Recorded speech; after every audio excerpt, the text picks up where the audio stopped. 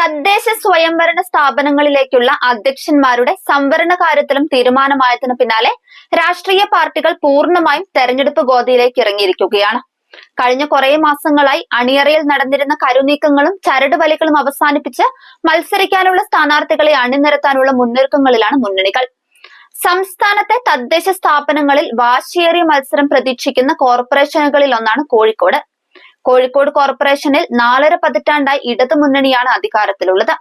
ഇക്കുറി കൂടി അധികാരം നിലനിർത്താനായാൽ അധികാരത്തിൽ അരനൂറ്റാണ്ട് തികയ്ക്കാൻ ഇടതുമുന്നണിക്ക് കഴിയും. എന്നാൽ ഇക്കുറി പതിവ് തെറ്റിയേക്കാമെന്ന ആത്മവിശ്വാസത്തിലാണ് UDF. BJPയും തങ്ങളുടെ ശക്തി പ്രകടനത്തിനുള്ള കോപ്പ് കൂട്ടുകയാണ്. 2020 കോർപ്പറേഷൻ തെരഞ്ഞെടുപ്പിൽ LDF 49 സീറ്റും UDF 14 സീറ്റും BJP 7ഉം സ്വതന്ത്രർ 5 സീറ്റുമായിരുന്നു. ഇത്തവണ വാർഡ് പുനർനിർണയത്തോടെ കോർപ്പറേഷനിൽ 76 സീറ്റുകളാണുള്ളത്.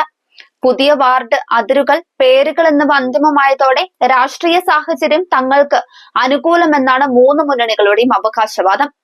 ഇടതുമുന്നണി പരിചയസമ്പന്നരോടൊപ്പം യുവാക്കളെയും ഉൾപ്പെടുത്തി സ്ഥാനാർത്ഥി പട്ടിക തയ്യാറാക്കുന്നു.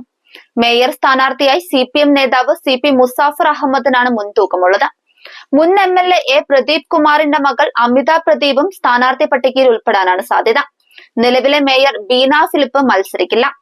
വികസന പദ്ധതികളും യുനെസ്കോയുടെ സാഹിത്യ നഗരം പദവിയും LDFന്റെ പ്രചരണ ഹൈലൈറ്റുകളാകും. കോൺഗ്രസ് 50, മുസ്ലിം ലീഗ് 25, CMP 1 എന്ന രീതിയിലാണ് UDFന്റെ സ്ഥാന വിഭജനം. പ്രവർത്തന പരിചയവും ജനകീയതയും മാനദണ്ഡമാക്കി പുതുമുഖങ്ങൾക്കും അവസരം നൽകും. മേയർ സ്ഥാനത്തേക്ക് KPCC ജനറൽ സെക്രട്ടറി PM നിയാസിന്റെ പേരാണ്. മുൻ DCC പ്രസിഡന്റ് KC അബുവും മത്സര രംഗത്തുണ്ട്. AICC ജനറൽ സെക്രട്ടറി ദീപാദാസ് മുൻഷിയുടെ നേതൃത്വത്തിൽ കോഴിക്കോട് വാർഡ് യോഗങ്ങൾ നടത്തി മുന്നണി ഏകോപനം ഉറപ്പാക്കുകയാണ്.